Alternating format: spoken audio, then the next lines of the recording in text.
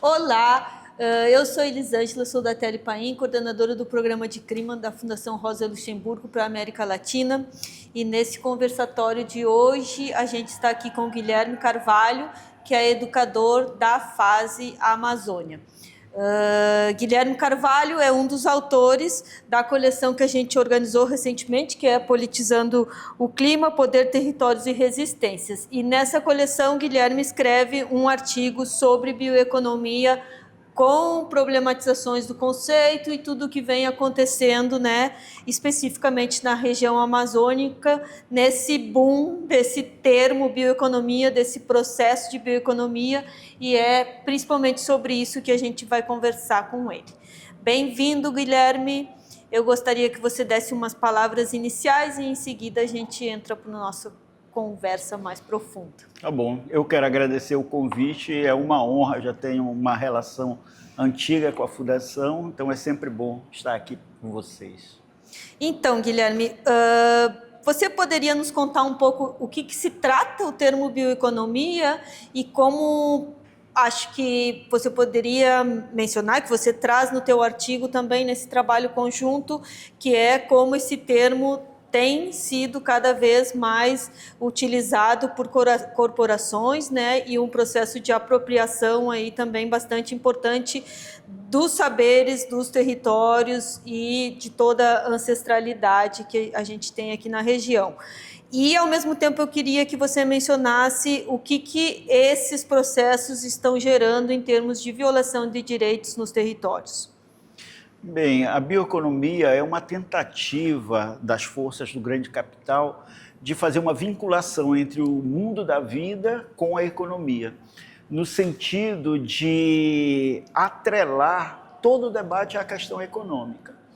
E com isso você, logicamente, desenvolve toda uma quantidade de teses para justificar as alternativas de mercado ao suposto enfrentamento à crise climática. Então, discussões sobre o mercado de carbono, rede jurisdicional, todo esse debate é vinculado a essa tentativa do mercado de se apropriar das alternativas às crises climáticas. Então, a bioeconomia entra como mais um conceito, um símbolo, uma nomenclatura para tentar vincular e passar a ideia de que o que as comunidades tradicionais e os povos indígenas realizam há milhares de anos em regiões como a Amazônia é justamente isso que a bioeconomia quer fazer também, e só que dá escala. Então, daí a discussão sobre cadeias produtivas do açaí, cadeia produtiva disso, aquilo, outro, ou seja, sempre pensando em escala e sempre pensando na perspectiva da exportação.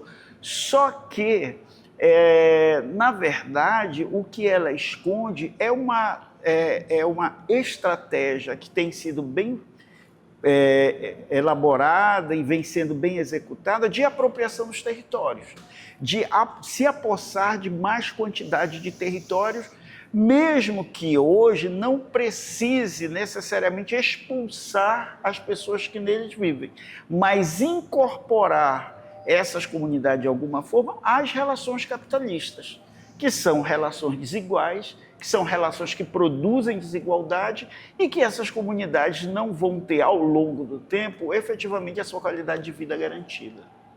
E você pode também trazer para a gente, é um trabalho que você vem realizando há bastante tempo, que é a questão do segmento de processos vinculado com a extração de minerais, né, de diversos minerais aqui na Amazônia, nesse marco, né, de exportação, de explorar a região para exportar, para escoar recursos. E eu sei que, né, você tem uma longa trajetória disso. Nos anos 2000 se falava muito dos projetos de infraestrutura vinculado com a integração, né, suposta integração latino-americana.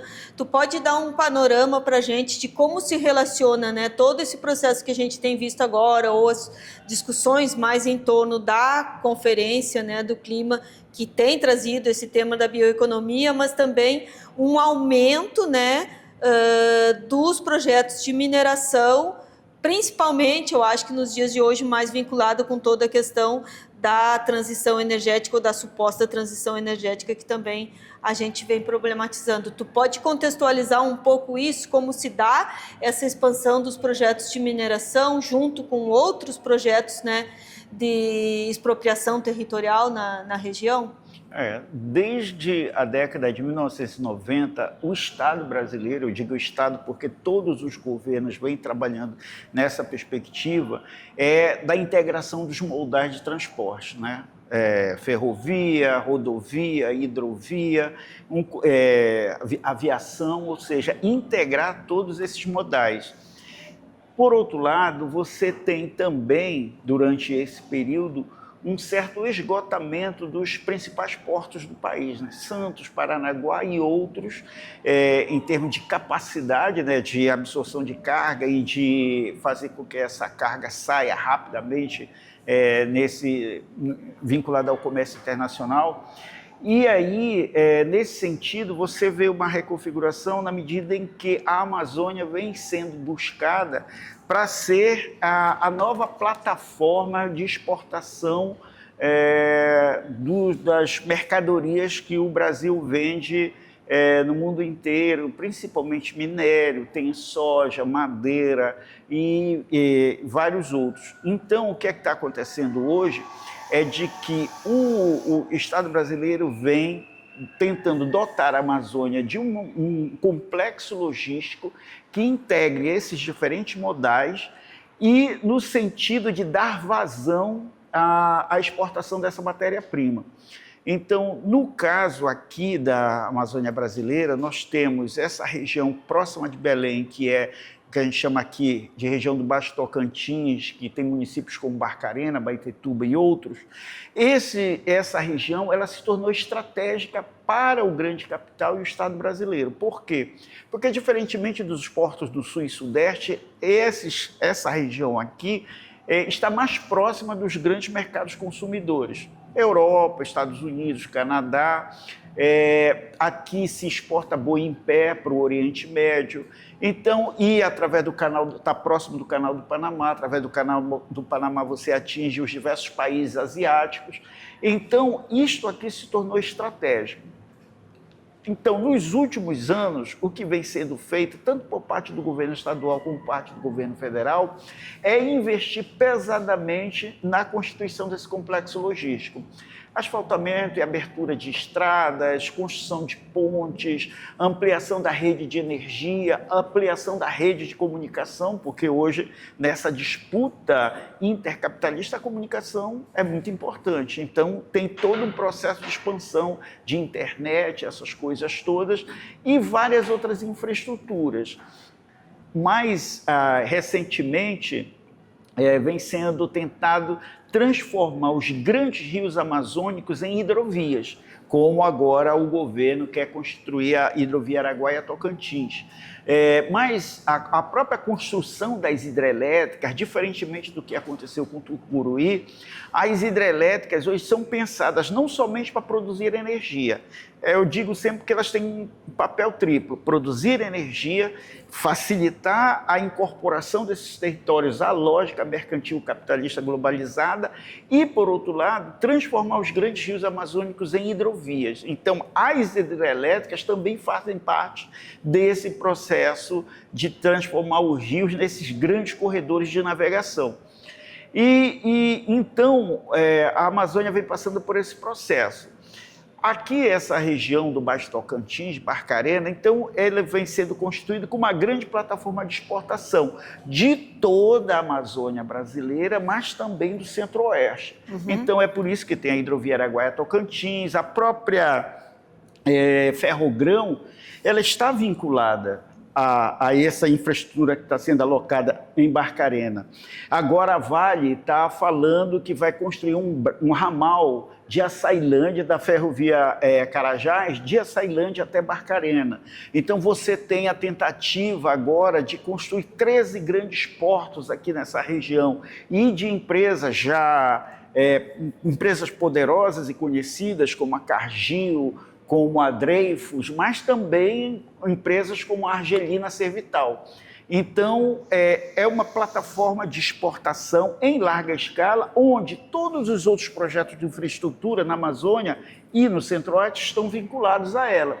Mas não só, projetos também na Bolívia, no Peru, na Colômbia, também tem vinculação com essa montagem desse complexo logístico na Amazônia, em particular aqui no Baixo Tocantins. Então, nós estamos diante dessa situação em que a região se tornou supervalorizada. Acontece, porém, que essa região não é um vazio, essa região mora gente. Aqui nós temos comunidades agroextrativistas, por exemplo, que são comunidades que têm 300 anos. Por quê? Porque aqui, esta parte do Pará, é a região de colonização mais antiga na Amazônia. Então, são pequenos produtores rurais, agroextrativistas, ribeirinhos, quilombolas, povos indígenas, que vivem aqui há muito tempo. Então, essa área não é uma área vazia. E para se instalar esse complexo logístico, é preciso necessariamente tirar essas pessoas. Não tem como os projetos serem alocados, essa infraestrutura ser alocada com essas pessoas nos locais. Então, é preciso tirar essas pessoas, de alguma maneira. Aí você tem as velhas ações, que são as pressões, os assassinatos, e violência de todo tipo, principalmente contra as mulheres, que são as principais cabeças desses processos de resistência nos territórios. As mulheres têm esse papel, estão à frente de grandes organizações e das principais organizações aqui na Amazônia. E, então, esse processo não se realiza sem o uso da violência. A violência é parte constitutiva da expansão do capital na Amazônia. Então, é por isso, entre outras coisas, que é preciso debilitar a democracia e suas instituições. Por quê? Porque a fragilização da democracia, ela é o outro lado da moeda do uso da violência. São as duas coisas que são utilizadas ao mesmo tempo. E a fragilização se dá de diversas formas. Se dá quando você simplesmente destrói o processo de licenciamento ambiental, quando você não respeita os termos da Convenção 69 sobre consulta prévia livre e informada com consentimento, é quando você persegue funcionário público que está ali tentando fazer o seu trabalho. São as diversas leis que vêm sendo aprovadas nesse Congresso ultraconservador e nas assembleias legislativas. E, ao mesmo tempo, esses setores interessados, eles vêm utilizando a própria crise climática para justificar esse processo. Exemplo, Manaus, ela é uma cidade que depende muito da importação de produtos de outras regiões, e principalmente por rio. Então, com as secas que vêm ocorrendo com maior regularidade nos rios amazônicos, Manaus tem ficado prejudicado esse processo de abastecimento por um período longo. Então, qual é a alternativa que o governo estadual, que os deputados estaduais, a bancada do Estado no Congresso Nacional vem defendendo? Vamos asfaltar a BR-319.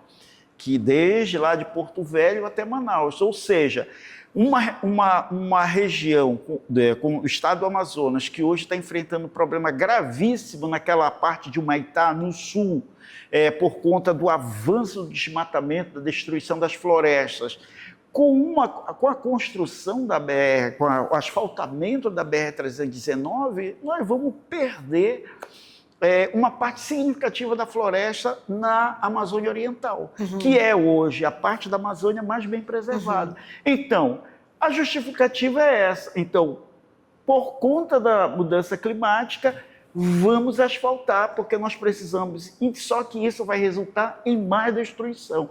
Então, esse é um exemplo concreto de como o grande capital utiliza esse problema para poder justificar os novos empreendimentos e as novas formas de apropriação das riquezas e dos territórios. Então, para finalizar essa parte, essa região aqui, ela, por ser estratégica, como eu já disse, ela vem sendo, as comunidades vêm sendo achacadas de todas as formas. Uma forma que tem sido comum agora são essas empresas que tentam fechar contratos de crédito de carbono. Então, essas são as situações de achaques mesmo.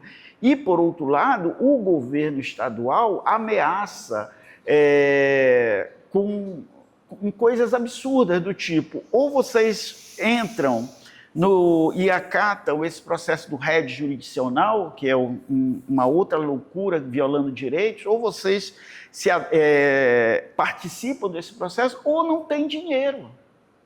Ou seja, é como se o orçamento público, o dinheiro que é da sociedade, pudesse servir e está servindo como moeda de chantagem. Então, mas na verdade o que você tem acoplado a isso é um processo de privatização, porque ele, junto com ele, ele vê assim, as comunidades que cederem essas chantagens vão receber os recursos, no caso do Pará, do RED jurisdicional. Muito pouco, porque a maior parte vai ficar com os acionistas da empresa que o governo do estado criou. E esse pouco, as comunidades vão ter que se utilizar dele para abastecimento de água, para o posto de saúde, para aquilo que o Estado não vai fornecer. Ou seja, é um processo de responsabilização das comunidades, dos povos indígenas e, ao mesmo tempo, de privatização na medida em que muitos dos serviços públicos vão deixar de ser feitos para que as próprias comunidades vão ter que ter a responsabilidade de elas próprias gerarem esses serviços. Eu acho que é super importante a gente também entrar num aspecto de tudo isso que você mencionou, mas principalmente desses mecanismos, né? E cada vez mais surgem mais, como agora o Fundo Florestas para Sempre, né, lançado pelo governo brasileiro com o apoio do Banco Mundial, ou seja, pode mudar o nome, mas a lógica de reprodução e instalação desses mecanismos são sempre as mesmas, como a gente tem analisado e acho que presenciado nos territórios. Eu gostaria, Guilherme, que tu fechasse agora com a questão, por exemplo, todos os processos, né, ou projetos vinculados com o RED, ou a grande maioria dos projetos vinculados com o RED, o que tem se visualizado é um aumento dos conflitos nos territórios e entre as próprias comunidades, né?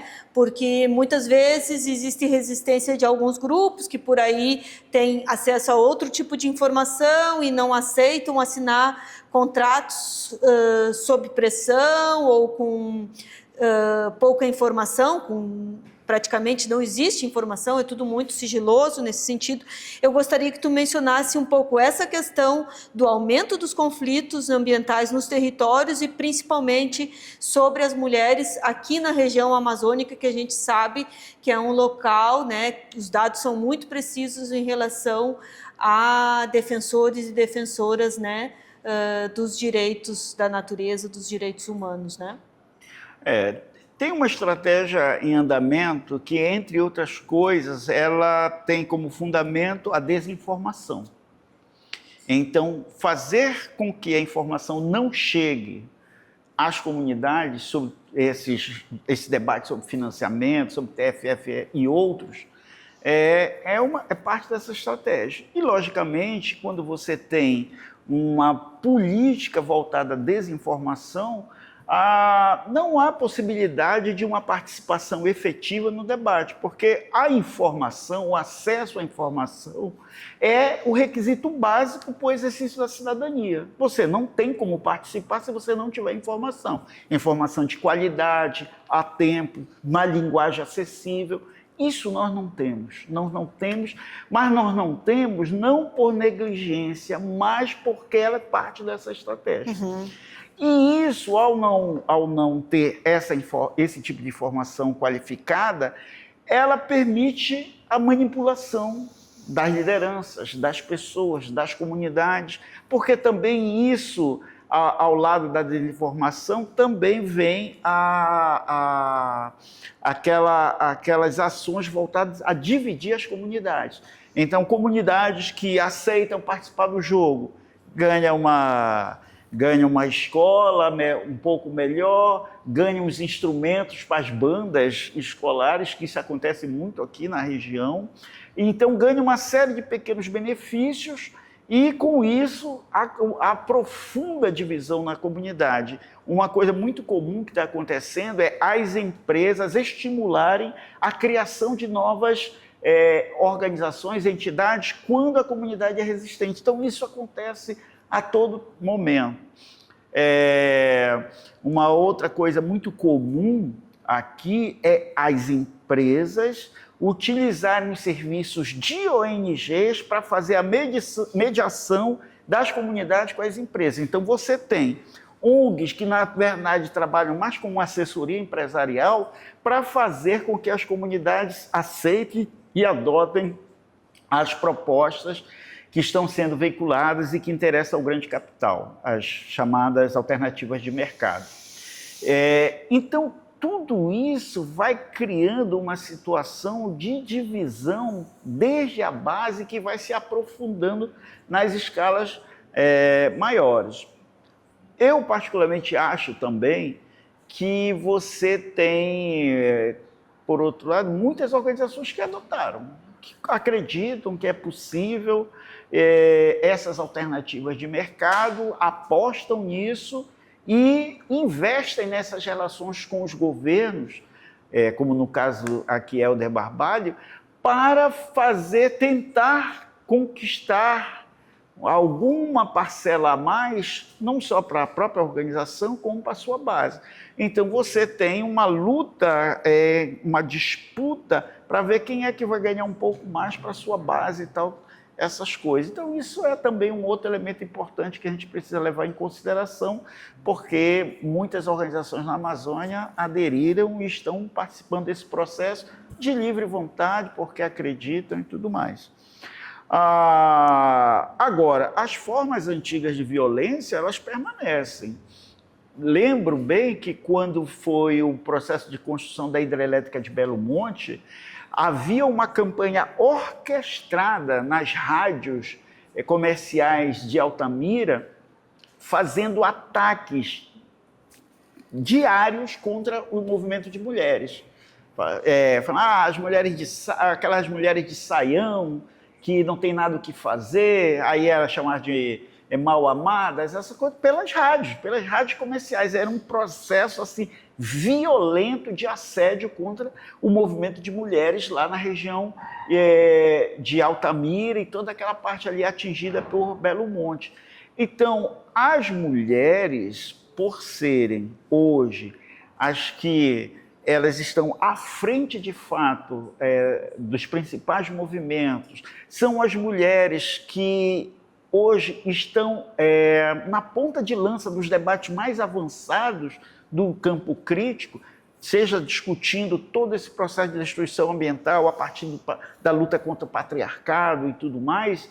Então, as mulheres têm sido as vítimas maiores dessa violência. Claro que aí você coloca os quilombolas, os indígenas, mas quanto segmento as mulheres, mesmo indígenas, mesmo quilombola, as mulheres são as mais atingidas. Aqui na região, a gente tem trabalhado cada vez menos com a noção de impacto e muito com a noção de dano.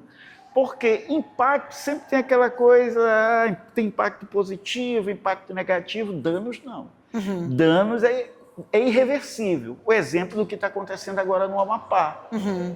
Né? Em que só o anúncio da possibilidade da exploração do petróleo fez com que algumas cidades inchassem de uma hora para outra, agravando uma situação já grave com relação aos serviços públicos, aos atendimentos. Então, você tem vários municípios do Amapá, como Oiapoque, sofrendo problemas terríveis por conta disso. Então, é um dano irreversível, porque mesmo que não tenha a exploração do petróleo, aquelas pessoas estão lá e vão viver lá. Pelo menos uma parte vai viver lá. Então, essa luta contra os danos são as mulheres que estão na dianteira. Elas são as guardiãs dos saberes, nas comunidades. As mulheres e o movimento de mulheres já trabalha há muito tempo com essa noção do autocuidado, e isso ficou muito visível durante a pandemia, a demanda sobre as mulheres do cuidado comunitário e familiar. Então, ela tinha que cuidar de si, da família e da comunidade. Então, essa questão do autocuidado. E são as mulheres que têm hoje uns movimentos com grande capacidade de mobilização. Existem outros, mas o movimento de mulheres, hoje, eles têm capacidade de mobilização em todo o país. As diferenças, mas na Amazônia isso é muito visível. Agora nós vamos ter a marcha das mulheres negras, né? Então isso é um exemplo. Então, o que está colocado é de que esse processo de destruição ambiental, esse processo de avanço do grande capital tem cor, tem gênero, tem classe. Então, isso é cada vez mais evidente e não está sendo colocado por parte do governo brasileiro, por parte do Congresso, dos legislativos e mesmo do judiciário, em grande medida, um debate sério sobre o que vem acontecendo nos territórios a partir disso, né? Veja o que está acontecendo aqui na COP com a Embrapa, né? Completamente capturada pelo agronegócio, enquanto que o núcleo de agroecologia da Embrapa foi escanteado, não tem recurso e tal, tudo mais. Então, a violência, voltando, ela é institucional, mas ela precisa ser realizada para poder fazer com que esse projeto político baseado nas alternativas de mercados aconteça. E aí a resistência é fundamental e a mobilização hoje desenvolvida pelas mulheres tem um papel relevante. Sim, você mencionou o caso da Embrapa, mas também nos espaços oficiais ou em todo o processo de infraestrutura para receber esse mega evento, as grandes mineradoras, né, como a Vale e a Hydro, estão por trás disso, e não só nisso, né, mas também nos espaços de mídia corporativa, convencional e hegemônica, né? E eu acho que isso é bem relevante. Mas, de toda forma, Guilherme, eu queria te agradecer muito. A gente tem muitos assuntos ainda para ir dialogando. De toda forma, eu quero convidar todo mundo, né, que quiser acercar-se um pouco mais ao que a gente conversou aqui e também mais profundamente sobre toda essa abordagem, né, de bioeconomia, mineração e petróleo na Amazônia, a gente convida a ler esse volume número 2, além do artigo do Guilherme, que trata mais especificamente sobre bioeconomia. A gente tem um artigo sobre mineração, da Ilse Margarida com a Larissa Pereira, que elas abordam a questão da Vale, principalmente na Serra de Carajás, e o outro artigo é mais relacionado com a expansão de petróleo, que o Guilherme aqui também mencionou, e foi escrito pela Bianca da Silva. Então, agradeço, Guilherme, muito a tua participação aqui com a gente e espero que nos próximos meses a gente possa fazer, né, alguns espaços de diálogo, de debate, de formação para seguir, né, visibilizando e problematizando todos esses temas que a gente dialogou aqui. Obrigado.